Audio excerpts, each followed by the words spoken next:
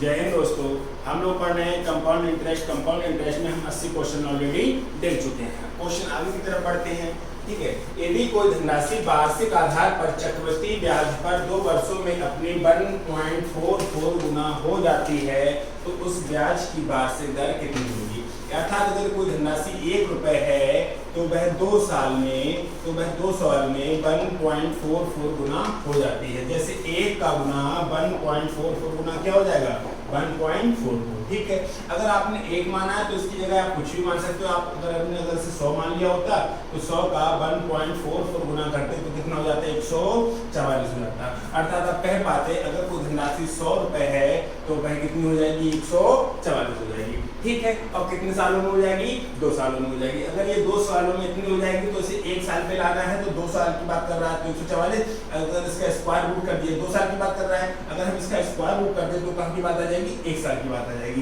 ठीक है, तो स्क्वायर रूट कर दिए, ये हो जाएगा 100, ये हो जाएगा 1 साल, कितना हो जाएगा रूट के अंदर 144। यहाँ से क्या मिलेगा 10 और यहाँ से क्या मिलेगा 12। अब कोई वस्तु 10 से 12 भी है, 10 से 12 होने का मतलब कितना परसेंट इंक्रीज हो रहा है, 20%। अब देख पा रहे हो कि 10 से 12 या 100 से 120 कितना परसेंट इंक्रीज हो रहा है, 20%। अब डायरेक्टली कर सकते हो कितना परसेंट, 20%। लेकिन ये बेहूदी तरीके हैं, इनको आप अवॉइड करो। जो तरीका हम समझा रहे हैं उस चीज को आप समझो कि डायरेक्ट बिना पेन और कॉपी के लिख के बिना हम क्वेश्चन को सॉल्व करना है। तो उसको लिए क्या करना पड़ेगा, उस चीज को थोड़ा सा देखिए।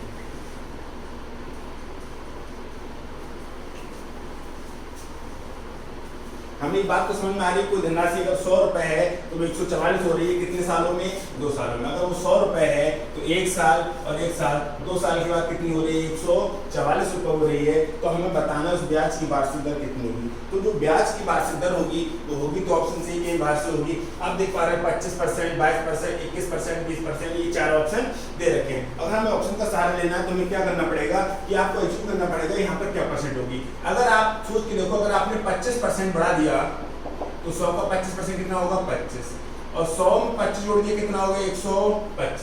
अगर 125 का 25% फिर से बढ़ाने की कोशिश करोगे तो नंबर आ जाएगा डेसिमल। तो नंबर आ जाएगा डेसिमल कि 100 का 25% तो 25 होता है, लेकिन 125 का 25% निकालोगे तो जो भी नंबर आएगा वो डेसिमल आएगा। और इंटीजर में अगर डेसिमल जोड़ोगे तो डेसिमल प्राप्त होगा, 144 प्राप्त होने का कोई भी चारा नहीं है। तो ये वाला ऑप्शन गलत हो जाएगा। ठीक है, अब ऐसा ही सिनेरियो सिर्फ सीधा सीधा 22 के साथ हो रहा है। आप 22% निकाल के देखोगे तो भी ये सिनेरियो बनेगा, यहाँ पर डेसिमल बन जाएगा। ठीक है, आप 21 निकाल के देखोगे तब भी डेसिमल बन जाएगा। तो 3 ऑप्शन गलत हो गए, तो चौथे का करेक्ट होना उसकी मजबूरी हो गए। इस चीज को ऑब्जर्व करना है। हमारा जो मेन टारगेट है वो मेन टारगेट ये है कि क्वेश्चन को हमें ऑब्जर्व करना है, क्वेश्चन को सॉल्व नहीं करना है। क्यों? क्योंकि क्वेश्चन को सॉल्व करेंगे तो समय ज्यादा लगेगा और इतना समय हमारे पास है नहीं। तो हमारा मेन टारगेट ये रहेगा कि हमें कैसे भी क्वेश्चन को ऑब्जर्व करना है, बिना पेन कॉपी के डायरेक्ट दिमाग में सॉल्व करना है। तो आप देखो कि 20%, अगर आपने 20% बढ़ा दिया तो 100 का 20% कितना होता है, 20। तो कितना हो जाएगा, 120। कितना हो जाएगा, 120। और फिर से 20% बढ़ाना है क्योंकि रेट कितनी, तो 120 गुणा 20/100, यहाँ से कितना मिल जाएगा, 24 मिल जाएगा। कितना मिल जाएगा, 24 मिल जाएगा। तो 120 में अगर 24 ऐड करेंगे कि 144 प्राप्त होगा, 144 प्राप्त होगा। तो इस क्वेश्चन को डायरेक्ट करो, सोचिए कि कैसे कैसे हमें करना है और क्या नहीं। कि 100 वाली चीज ऑब्जर्व करना, ऑप्शन का सहारा लेना है। हम जानता हूँ कि थोड़ा सा यहाँ पर आपको लग रहा हो कि बड़ा है, लेकिन ये बड़ा नहीं है। बड़ा इसलिए लग रहा है कि इसको लिख के कर रहे हैं, लेकिन लिख के करने की जरूरत नहीं है। आप इस क्वेश्चन को ऑब्जर्व करके 2 से 4 सेकंड में क्वेश्चन को सॉल्व कर सकते हो। पढ़ते हैं हम लोग नेक्स्ट क्वेश्चन पर।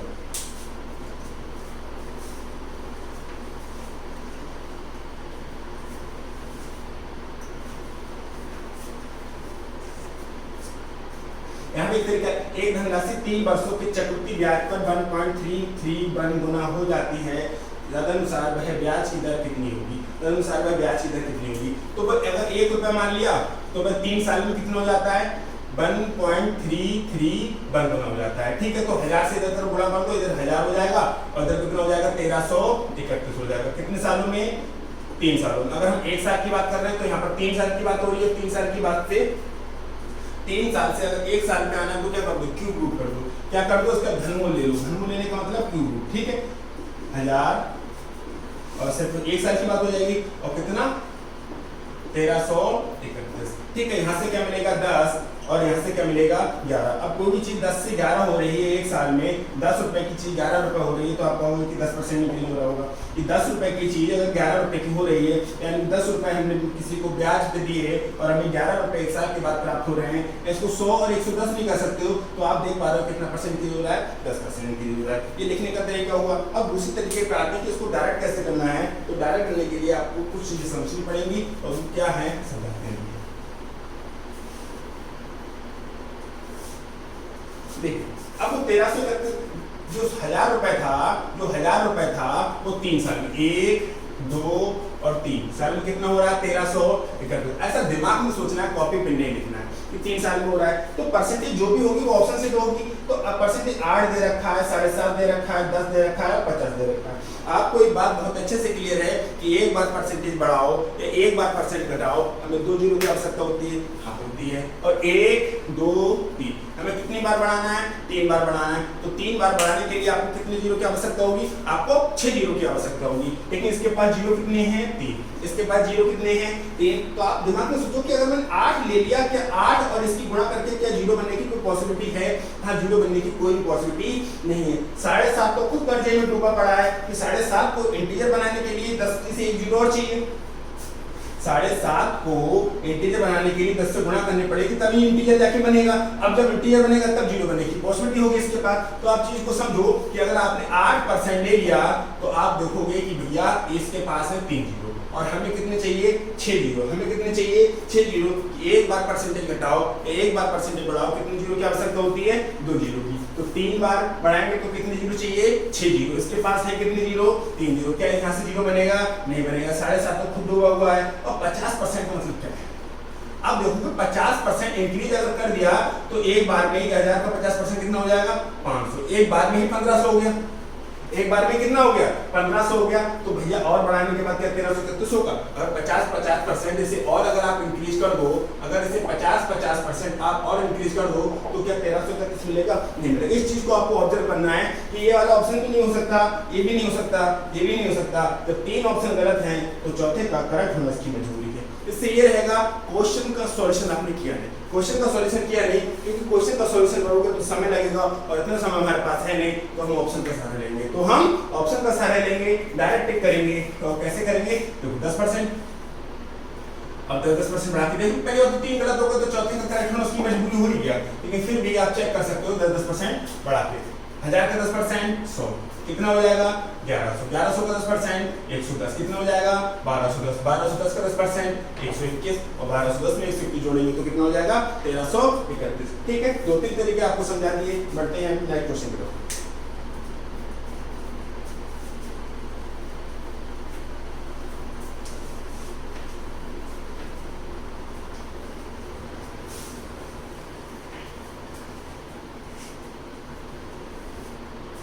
यदि कोई धनराशि वार्षिक चक्रवृद्धि ब्याज के आधार पर 3 वर्षों का चक्रवृद्धि ब्याज जोड़कर 3 से 3/8 गुनी हो जाए तो ब्याज की वार्षिक दर क्या होगी?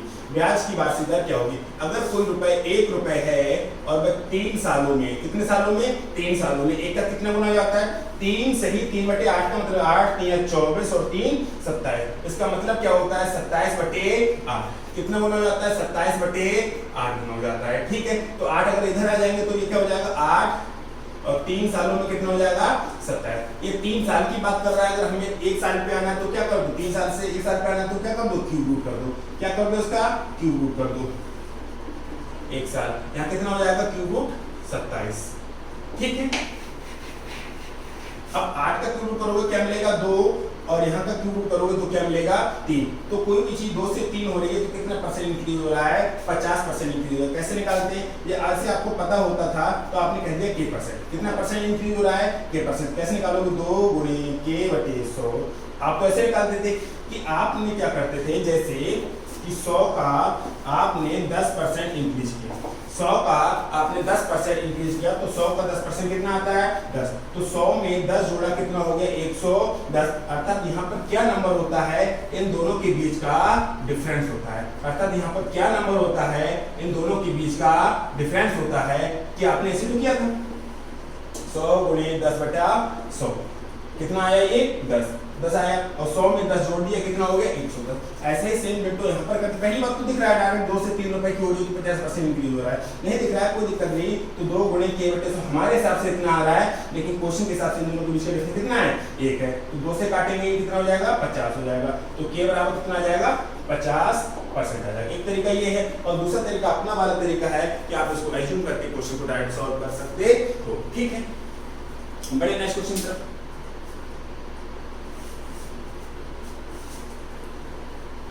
एक मिनट ऑप्शन दिखाइए इसकी।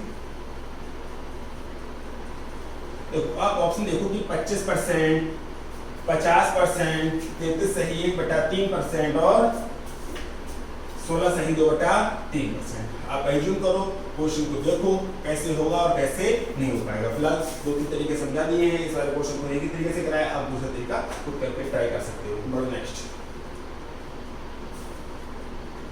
चक्रवृद्धि ब्याज की किसी दर से कोई धनराशि 2 वर्ष में 2420 रुपए तथा 3 वर्ष में 2662 रुपए होती है, जबकि ब्याज वार्षिक रूप से संयोजित होता है, ब्याज की दर ज्ञात करो। अब ये 2 साल में 2420 रुपए होती है, कोई धनराशि थी 1 साल और 1 साल, 2 साल के बाद कितनी जाती है 2420, और 3 साल के बाद कितनी जाती है 2662 हो जाती है, 3 साल के बाद कितनी हो जाती है 2662 हो जाती है। तो हमें पता है कि परसेंटेज चाहे तो यहाँ निकालो या यहाँ निकालो या यहाँ निकालो, परसेंटेज सेम आती है। इसका जो मेन तरीका था वो मैं आपको समझा चुका हूँ, जो उसका डिटेल्स था वो मैं आपको समझा चुका हूँ कि यहाँ परसेंटेज निकालो या यहाँ निकालो या यहाँ निकालो, परसेंटेज जो भी आएगी वो सेम आएगी। लेकिन अब करना क्या है कि हमें यहाँ थोड़े जाना है, इसको हटा दो, जो भी होगा डजंट मैटर। अगर कोई वस्तु 2420 रुपए से 2662 हो रही है तो कितना परसेंट इंक्रीज हो रही है, इस चीज को आपको देखना है। तो कितना परसेंटेज जितना भी होगा ऑप्शन से होगा, ऑप्शन का सहारा लेना ही सीखना है, कि ऑप्शन का सहारा लेना सीखना नहीं आया होगा तो ऑब्जर्वेशन नहीं कर सकते। क्या 6% इंक्रीज हो पाएगा?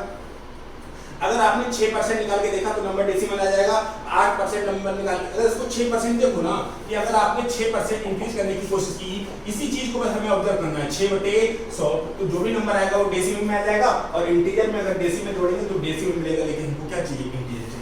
इंटीजर में अगर डेसिमल जोड़ोगे तो क्या मिलेगा? डेसिमल मिलेगा। इंटीजर में डेसिमल जोड़ोगे क्या मिलेगा? डेसिमल मिलेगा। लेकिन आपको क्या चाहिए? इंटीजर चाहिए। तो 6% भी नहीं हो सकता, 8% भी नहीं हो सकता, 9% भी नहीं हो सकता। जब 3 ऑप्शन गलत है तो चौथे का करेक्ट होना उसकी मजबूरी है। बिना किसी दिक्कत के आप क्वेश्चन को डायरेक्ट सॉल्व कर सकते हो, लिखने की भी जरूरत नहीं पड़ने वाली है। ठीक है, अब 10% लगा के देख सकते हैं। कितना परसेंट? 10%। तो आप अगर 2420 का 10% निकाल के देखोगे तो 0 से 0 की 0 कितना मिलेगा? 242 मिलेगा, और 2420 में अगर 242 जोड़ दोगे तो 2662 प्राप्त होगा। ठीक है, तो आपको 2-3 तरीके सिखा दिए, लेकिन भैया सीधी सी बात यह है कि क्वेश्चन को ऑब्जर्व करना सीख लो। क्वेश्चन को ऑब्जर्व कैसे कर सकते हो? ऑप्शन का सहारा लेके। ऑप्शन का सहारा आप तभी ले सकते हो जब प्रैक्टिस अभी से करोगे। आप ये सोच के बैठे हो कि अभी क्वेश्चन को कंप्लीट कर लेते हैं, पूरा क्वेश्चन सॉल्व कर लेंगे, जब एग्जाम में बैठेंगे तब ऑप्शन का सहारा ले लेंगे, नहीं हो पाएगा। ऑप्शन का सहारा आप तभी ले पाओगे जब अभी से आप प्रैक्टिस करोगे ऑप्शन का सहारा लेने की। पढ़ते हैं नेक्स्ट क्वेश्चन।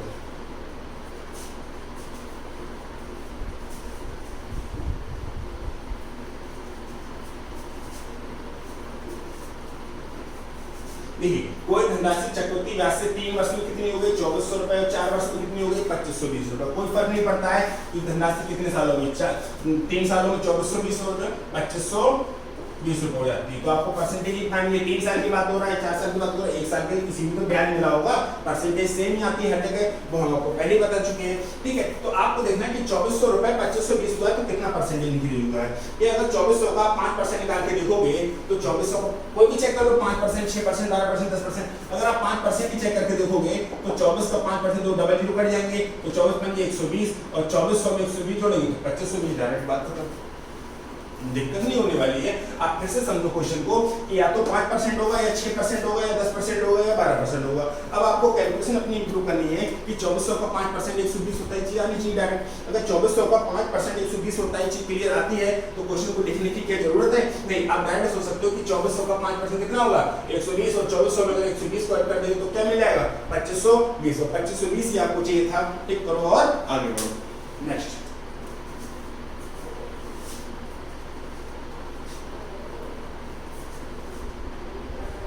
चक्रवृद्धि चक्रवृद्धि ब्याज पर उधार दी गई धनराशि 2 वर्ष में 1460 रुपए तथा 3 वर्ष में 1606 रुपए होती है ब्याज की वार्षिक दर। अब 2 वर्ष में 1460 रुपए, 2 वर्ष में 1460 रुपए और 3 वर्ष में कितनी जाती है 1606 रुपए हो जाती है। तो आपको बताना है कि परसेंटेज की रेट क्या होगी। तो परसेंटेज की रेट या तो 12 होगी या 10.5 होगी या 11 होगी या 10 होगी। तो आपके दिमाग में ये चीज क्लियर आ रही होगी कि भाई साहब 10 के अलावा कुछ नहीं हो सकता, 10 के अलावा कुछ नहीं हो सकता, क्योंकि अगर इसको मैंने 12% इंक्रीज करने की कोशिश की तो नंबर आ जाएगा डेसिमल। अगर मैंने इसको 12% इंक्रीज करने की कोशिश की, अगर 1460 का मैंने 12% इंक्रीज करने की कोशिश की तो नंबर आ जाएगा डेसिमल, नंबर आ जाएगा डेसिमल। और इंटीजर में अगर मैं डेसिमल जोड़ूंगा तो मिलेगा डेसिमल, लेकिन मेरे को चाहिए इंटीजर। सेम सिचुएशन 12 के साथ हो रही है, सेम सिचुएशन 11 के साथ हो रही है, और ये तो और भी खतरनाक है। ये तो खुद करने में डूबा हुआ है, 10.5 भी घुमा है। अगर इसको इंटीजर बनाएंगे तो इसके लिए 0 चाहिए, तो ये तो खतरनाक वाले नंबर देगा। तो 1460 का 12% इंक्रीज हो ही नहीं सकता कि नंबर इंटीजर मिल जाए, और 11% भी नहीं हो सकता, 10.5% भी नहीं हो सकता। तो 10% का करेक्ट होना उसकी मजबूरी है।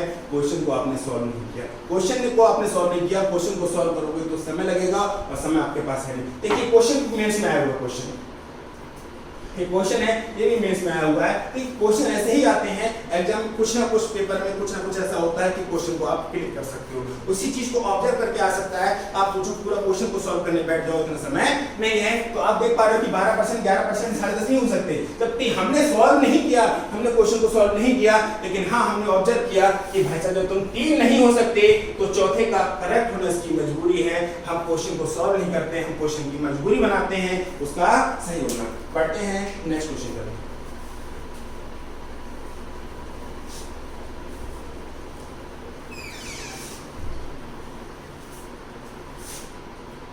किसी धनराशि पर 2 किरणमिक वर्षों का चक्रवृद्धि ब्याज के अनुसार 225 रुपए तथा 238 रुपए 50 पैसे है, तदनुसार ब्याज की दर कितनी होगी। कहा किसी धनराशि पर 2 किरणमिक वर्षों का चक्रवृद्धि ब्याज, यानी कि कोई ना कोई जो धनराशि रही होगी उसके किरणमिक वर्षों का। यहाँ का चक्रवृद्धि ब्याज अगर 225 रुपए है तो दूसरे साल का जो चक्रवृद्धि ब्याज है वो 238 रुपए 50 पैसे। करेक्ट। कोई धनराशि रही होगी, हमें नहीं पता कितनी धनराशि रही होगी, क्या रेट रही होगी, बात भी नहीं पता। अगर एक साल का ब्याज 225 रुपए है तो दूसरे साल का ब्याज 238 रुपए 50 पैसे है। ये सवाल नहीं कहा है। इस सवाल को समझने से पहले आप हमारे बेसिक वाले को समझिए जो हमने पहले करा चुका है कि अगर 100 रुपए है, इसको अगर हम 10% इंक्रीज कर दें, अगर इसको 10% इंक्रीज करते हैं कितना हो जाएगा 110, क्योंकि 100 का 10% कितना आता है 10 आता है। अगर 110 का हम 10% और इंक्रीज कर दें, 110 का 10% कितना मिलेगा 11 मिलेगा। 110 में अगर 11 जोड़ दें कितना हो जाएगा 121 हो जाएगा। और ये बात हमें बखूबी पता है, बहुत अच्छे से पता है, ये चीज कंटेस्ट हो चुकी है कि जो परसेंटेज यहाँ होगी, जो परसेंटेज यहाँ होगी, क्या वही परसेंटेज यहाँ पर है, क्या वही परसेंटेज यहाँ पर है, क्या ये 10 से 11 होना है, ये भी क्या 10% इंक्रीज हो रहा है। 10 का 10% 1 होता है, 10 में 1 जोड़ा क्या होता है 11 होता है। ये चीज क्लियर हो रही, बिना फार्मूले के, कोई फार्मूले की जरूरत भी नहीं पड़ी है। साधारण ब्याज बराबर मूलधन गुणे दर गुणे समय बटे 100 या a बराबर p1 + r/100 की पावर r। ये फार्मूले की हमको जरूरत नहीं पड़ी, छोटे छोटे फार्मूले हमने बेसिक से पढ़े चौथे 5वीं क्लास से, उन फार्मूलों की भी जरूरत नहीं पड़ रही। आप डायरेक्ट चीजों को समझ सकते हो कि जो परसेंटेज यहाँ से यहाँ बढ़ रही है वही परसेंटेज यहाँ बढ़ रही है और सेम परसेंटेज यहाँ बढ़ रही है। तो परसेंटेज में यहाँ निकालने की जरूरत क्या है, इन नंबरों को फाइंड करने की जरूरत क्या है। मुझे पता है कि जो परसेंटेज यहाँ होगी वही परसेंटेज यहाँ होगी। करेक्ट। क्योंकि 100 रुपए को 10% बढ़ाया तो 10 मिला, 110 हो गया। 110 का 10% 11 होता है तो 121 हो गया। मुझे पता था कि ये 10% ये है और 10% ये है, तो हमने ट्राई करके देखा तो 10% भी यही है। तो हमें पता है कि जो परसेंटेज यहाँ होगी वो परसेंटेज यहाँ होगी, वही परसेंटेज यहाँ होगी। तो इन नंबर को फाइंड करने की जरूरत आपको नहीं है। बस इतना सा फाइंड करना है कि 225 रुपए 238 रुपए 50 पैसे हो रहा है, तो कितना परसेंटेज इंक्रीज हो रहा है और कितना परसेंटेज इंक्रीज हो रहा है। इस नंबर को घर से लाने की जरूरत नहीं, नाने के घर से लाने की जरूरत नहीं है। ये ऑप्शन दे रखा होगा कि 225 रुपए 238 रुपए 50 पैसे कैसे हो रहे हैं, तो ऑप्शन का सारा ले लो। ये चीज तो आपको समझ ही गए होगी।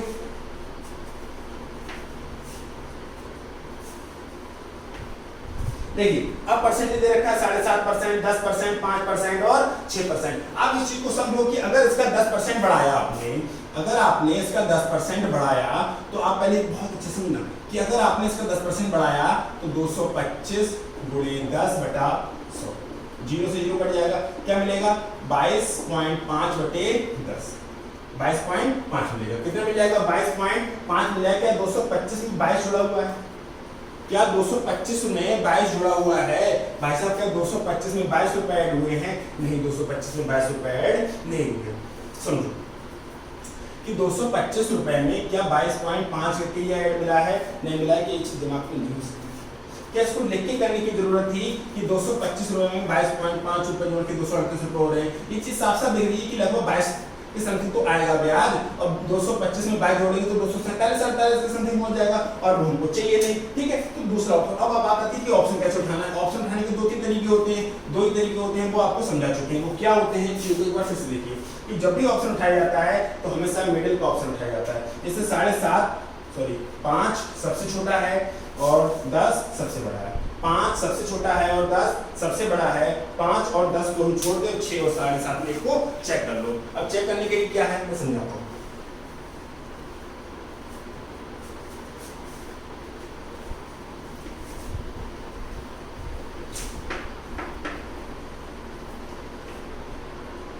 और दूसरा तरीका और ये भी दे सकते हो कि अगर मैंने 225 का 10% चेक करके देखिए, वो तो 22 बढ़ रहा है, ठीक है, लेकिन बढ़ाना कितना है, आपको बढ़ाना है 225 से 238 रुपये हो रहा है, तो आपको ये चीज देखनी है कि लगभग बढ़ कितना रहा है। तो आप ये कह पाओगे कि 13 रुपए के समथिंग बढ़ रहा है, 13 रुपये 50 पैसे के समथिंग, करेक्ट। 225 रुपए 238 रुपये 50 पैसे हो रहे हैं, तो ये 13 रुपये 50 पैसे के समथिंग बढ़ रहा है नहीं बढ़ रहा है। 225 रुपए 238 रुपये 50 पैसे हो रहे हैं, तो ये 13 रुपये 50 पैसे के तरीका है। दूसरा तरीका k% वाला है, लेकिन उसको यूज नहीं करेंगे। हमें ऑब्जर्व करना है, क्वेश्चन को डायरेक्ट करना है। तो क्वेश्चन को डायरेक्ट करने के लिए कुछ आपको सोचना पड़ेगा, और सोचने के तरीके जो है वो आपको समझा रहा हूँ कि 225 रुपए 238 रुपये 50 पैसे हो रहे हैं, तो लगभग 13 रुपए के समथिंग ब्याज मिल रहा है, 13 रुपए के समथिंग ब्याज मिल रहा है। अब 13 रुपए के समथिंग ब्याज कौन देगा, ये इसको 220 मान लो। अब 220 का अगर मैं इसको सोचो कि अगर 220 मान लो, अगर 225 से 225 का क्या 6% होगा, 7.5%। मैं लिख देता हूँ ऑप्शन कि एक तो 7.5% है, ठीक है, एक 6% है, एक 5% और एक 10%, ये 4 ऑप्शन है। अब ये 4 ऑप्शन है, अब हमें चेक करना है कि इसको कौन सा होगा। तरीका तो है कि यहाँ पर k% करके 225 गुणे k/100 बराबर 13.5 करके क्वेश्चन हो जाएगा। ऐसे मैं दिखा रहा हूँ, आपको चीज नहीं सोचनी है, कोई दिक्कत नहीं है कि आपने कहा कितना परसेंट बढ़ रहा है, k%। कैसे लिखोगे, 225 गुणे k/100 और बराबर क्या हो रहा है, यहाँ और यहाँ का डिफरेंस कितना हो रहा है, 13.5 हो रहा है। कितना हो रहा है, 13.5 हो रहा है। तो आप इस चीज को समझो कि k बराबर क्या हो जाएगा, 1350 बटे 225, 1350 बटे 225, 15 से काटो 15 नेमा और 15, फिर 15 से काटा 6, कितना आ रहा है, k बराबर 6%। के बराबर कितना आ रहा है, 6%। ये तरीका है लिखने वाला, लेकिन हम चाहते हैं कि क्वेश्चन को आप लिखो मत, डायरेक्ट कर दो। डायरेक्ट करने के लिए आपको उसको ये एज्यूम करना है कि 225 रुपए 238 रुपए हो रहा है, तो लगभग 13 रुपए ब्याज मिल रहा है, 13 रुपए के समथिंग ब्याज मिल रहा है। अब 13 रुपए के समथिंग कौन देगा, तो 220 रुपए है, तो 220 रुपए में 13 रुपए के समथिंग ब्याज कौन देगा, क्या 5% दे पाएगा, क्योंकि 22 अब इसको 220 को आप क्या मान 220 मान एज्यूम कर लो, तो 220 का अगर 5% निकालोगे तो 110 के समथिंग मिलेगा, यानी कि 11 के समथिंग मिलेगा, ठीक है। तो 11 से ज्यादा चाहिए तो 5 से थोड़ा ज्यादा चाहिए, तो 22 की अगर मैं 6 की गुणा कर दूं तो 132 मिल जाएगा, 132 मिल जाएगा, 13.2 मिल जाएगा, लेकिन मुझे चाहिए कितना, 13.5, तो मेरा 6 ऑप्शन करेक्ट हो जाएगा। लेकिन आपको ये चीज सोचनी पड़ेगी, थोड़ा सा समय लगेगा कि कैसे हो रहा है। मैं इसको एक बार फिर समझा रहा हूँ। लिखने वाला तरीका करा दिया, 225 गुणे k/100 और यहाँ पर क्या आता है, दोनों के बीच का डिफरेंस जो 13.5 कैलकुलेशन करिए, k बराबर 6% आ गया। लेकिन हमें इसे करना है डायरेक्ट, बिना किसी दिक्कत के डायरेक्ट एज्यूम करना है कि इसका आंसर सही क्या होगा। अगर मैंने 10% को एज्यूम करूं, अगर मैं 10% को एज्यूम करूं तो मुझे पता है 22 बढ़ जाएगा। अगर मैं 10% को एज्यूम करूं कि अगर 10% इंक्रीज हो रहा है, अगर मैं 10% को एज्यूम करूं कि 10% इंक्रीज हो रहा है, तो मुझे पता है कि ये 22 बढ़ जाएगा। तो 22 को बढ़ाना नहीं है, मुझे कितना बढ़ाना है, 13। और अगर मैं 5% को एज्यूम करूं तो कितना बढ़ जाएगा, 11। अब मुझे 5 से ज्यादा और 10 से कम चाहिए, अब 5.5 से थोड़ा इतना ज्यादा चाहिए, क्योंकि अगर मैं देखो 10% को एज्यूम किया तो 22 बढ़ा, तो और 5% को एज्यूम करोगे तो कितना बढ़ जाएगा, 11 बढ़ जाएगा। लेकिन आपको 11 से थोड़ा ज्यादा चाहिए, क्योंकि आपको कितना बढ़ाना है, 13.5, तो 5 के बाद कौन आता है, 6%, तो 6% ही हो जाएगा। वैसे ही आप गुणा करोगे 22 छंग 132, 22 छंग 132, तो 13.2 के समथिंग आ रहा है, और 13.2 के समथिंग कौन है, 13.5। तो समथिंग समथिंग से ये ऑप्शन कर सकते हो, लिख के भी कर सकते हो, जैसा मन करे आप वैसा कर लो, लेकिन कोशिश करो कि क्वेश्चन को ऑब्जर्व करने की। बड़े नेक्स्ट क्वेश्चन का